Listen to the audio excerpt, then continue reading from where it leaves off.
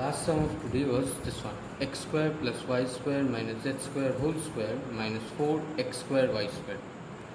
So this can be written as x square plus y square minus z square whole square minus this term can be written as 2xy whole square.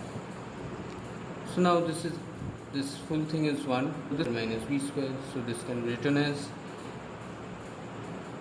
a plus b into a minus b.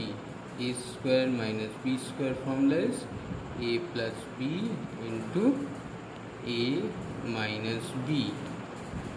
So this becomes x square plus y square minus z square plus 2xy times x square plus y square minus z square minus 2xy.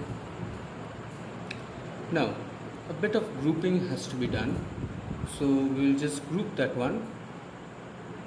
So I will just remove this part.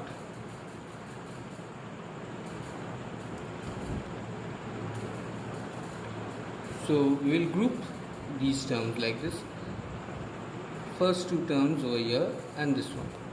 Similarly these two terms and the last one.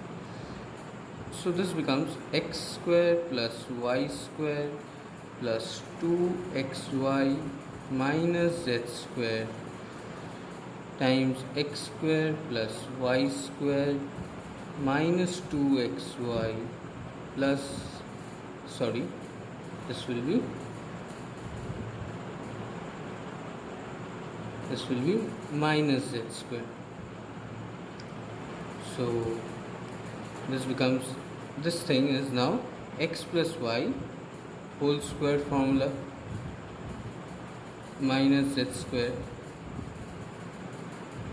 and this is x minus y whole square formula minus z square.